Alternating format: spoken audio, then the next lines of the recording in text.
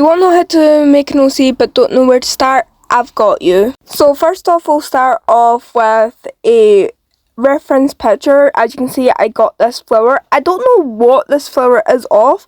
I just found it really pretty and thought it'd be the perfect base for making an OC. So we'll take the flower and do a vibe check and see what it gives me. So from looking at it, I am getting joyful. I am getting eerie. And I'm also getting deadly. Those are the three specific things that I'm getting from the flower. And then if I round it up, the two main points I kind of want to focus on in the character design or personality is double-faced, as well as manipulative.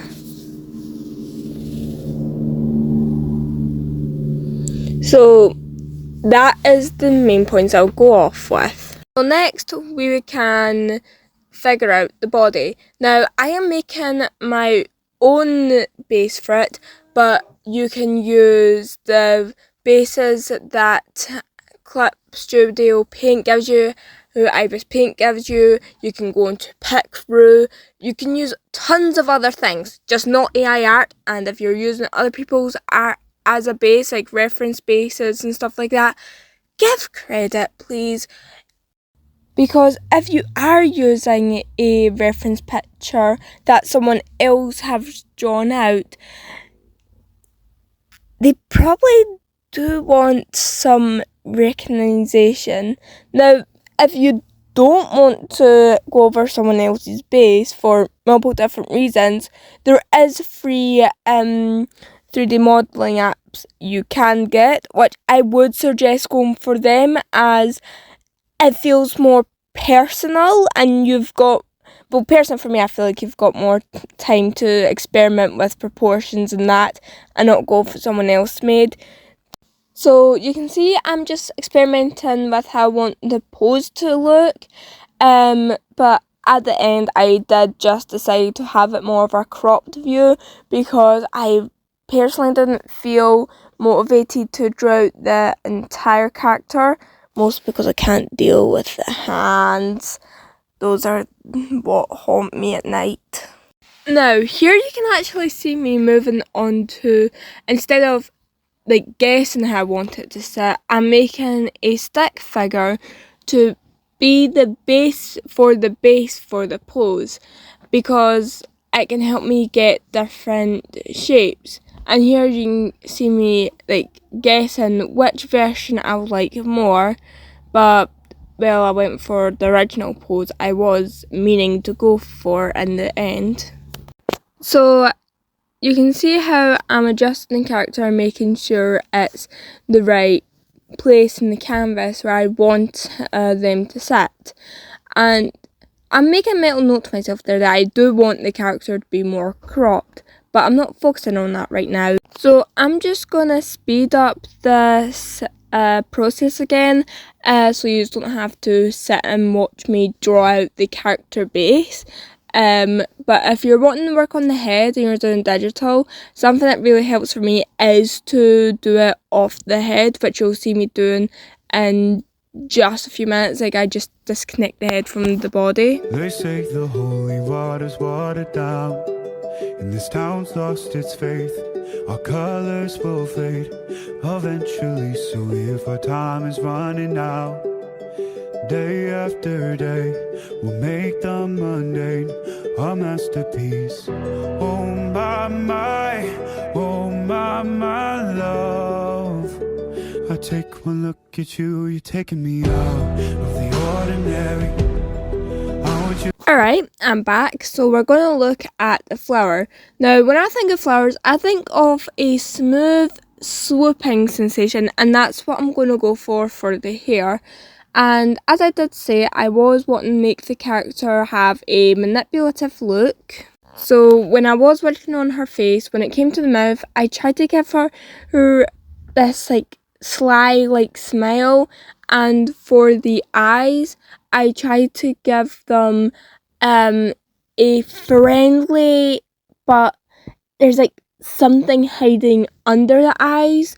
Do I know if I completed the look I was going for exactly in the eyes?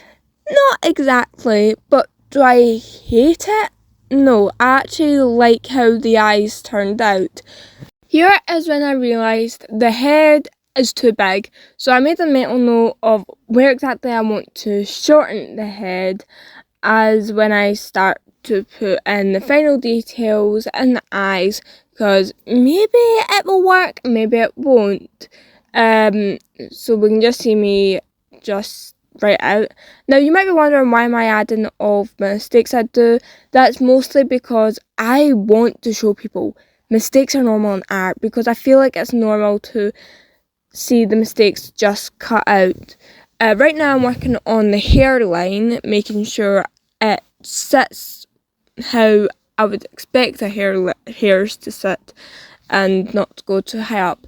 So to give the oh, I'm so innocent, you can trust me vibe, I'm kind of covering the eye, because a covered eye to me indicates mysterious or shy type people, which is the vibe I was trying to give her. I also really love drawing long hair. I don't know why. So I was kind of going for long hair. I was also drawing out the ear, so I know where the hair sits with the ear. Originally I think I was going to cover the ear, but it just felt weird, because as I'm still learning to be an artist, I'm not actually the best at drawing different hair textures, but it is something I will need to learn. There's so much I still need to learn as an artist, because I actually still don't know anatomy. I just eyeball it. So for the clothes, I was wanting to go for a off the shoulder feel, because I don't know why, it was just the vibe I was getting with the flower was it would give a off shoulder elegant type vibe, with maybe a strap sticking up to hold security on her. But I also knew I kind of wanted to go a baggier route to kind of give her the small feel of innocent, defenseless, kind of to help drag into the vibe of I need help, I need protected, which I was trying to go for. But and then I realised I didn't actually draw out the body, just the reference frame for the body. So I'm just redrawing out that body. This is something I normally do before even thinking about the hair, but it just completely switched my mind because of the time I was spending thinking of what I could say to help. I'd also like to say, I don't script my videos. I find it more honest to just talk what comes to my mind first. It feels more down to earth, even though it can lead to me rambling. It just feels more one-to-one in a way. I don't know if anyone else likes it, but if you would like me to script, just say. So I was actually, after I took away the line art, I kind of saw that the face was too high up. So I'm kind of just squishing not squishing, but like moving the face down.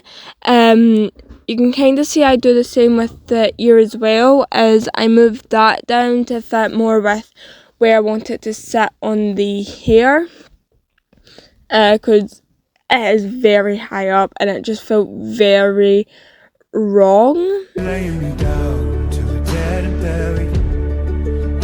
So something I didn't plan on adding, but it did come to my mind while watching, well not watching, but drawing, was adding a choker with a pendant.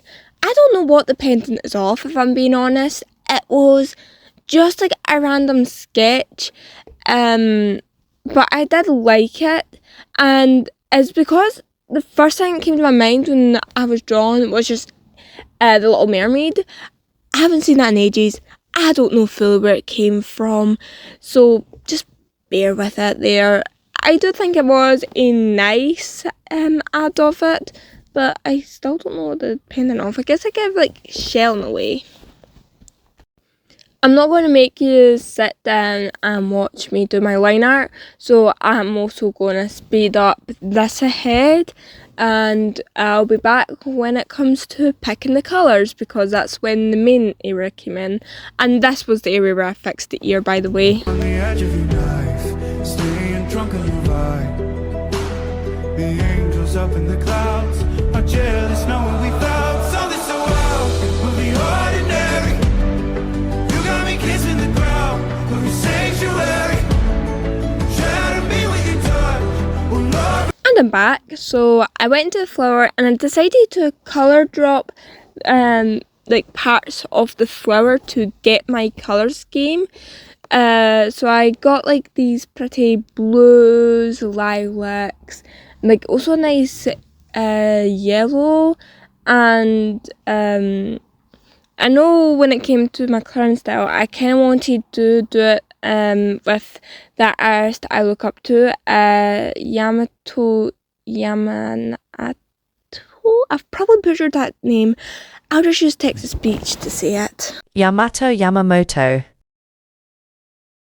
So after colour picking, I am just now moving the colours I've chosen onto more of a line, so I know what skin tone to give, because I wanted the skin tone to not feel washed out. So here you can see me picking the skin tone, and I feel like I was like the one I picked first try looks really nice with the colours I picked. You can see me just like colour blotching it out, well not blotching it out, just like colouring it in. Since I'm doing the skin and that's the first colour I'm putting down, I don't have to worry if I'm going over the lines, because in the end it's just going to be recovered up. Turn me to dust. The angels up in the clouds are jealous knowing we found. When it came to the hair and looking at my colour schemes, I wanted the hair to be kind of darker compared to the colour scheme, just to give a visual representation of how she is manipulative and her dark side, with adding more darker colours to the lighter colour scheme. So I turned the blue on, like the blues, to be darker just to help give the vibe. Though going with the colour I chose for the eyes, which was just a contrast, it gives Aphmau. And I realised that and I was like, oh. Hopeless hallelujah on this side of heaven's gate. Oh, my life, how do ya breathe and take my breath away? At your altar I will pray. You're the sculptor, I'm the clay. Oh, For when it came to the strap and choker strap, I wanted to give them more of a darker look, just to give the lighter colours that will be on the pendant and the jumper itself just something to stick out more and not blend in.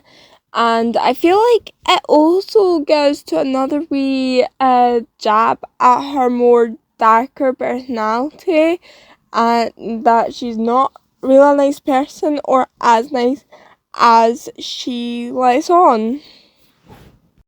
So I was round about here where I was kind of double checking if I was happy with the gold I was getting, if there was like another gold I could colour pick from the flower, which I wasn't really getting anything I was happy with. So instead I more lightened the colour I already have, because as you can see when I put it on the colour of the skin, it just doesn't feel right, so I just made the colour just feel a bit more brighter, and I felt like it just helped it stick out more to then if it'd be where I left it. And you can see where I was going for, again, the lighter colour on the shirt. So when it came to eyes, this is where I went off colour scheme because I felt like the purple didn't stand out. So I decided to do more of a green to help it stick out a bit more. And just to give her more visual interest. This is, I also just really like the colour green for eyes. Like, even just like far away, you can still see how it helps her stick out and feel more rememberable, in my opinion. But this is also when I realised she does look eerily similar to Aphmau, and that was completely by accident, shall I say. I also knew when it came to picking a name, I kind of wanted to play on the Deadly Scheme, and if I remember correctly, I believe lavender is deadly to cats, and it was the first thing that came to my mind when I was thinking of deadly flowers, so I decided to name her Lavender. The film piece is at the end, and I really hope this was helpful to somebody.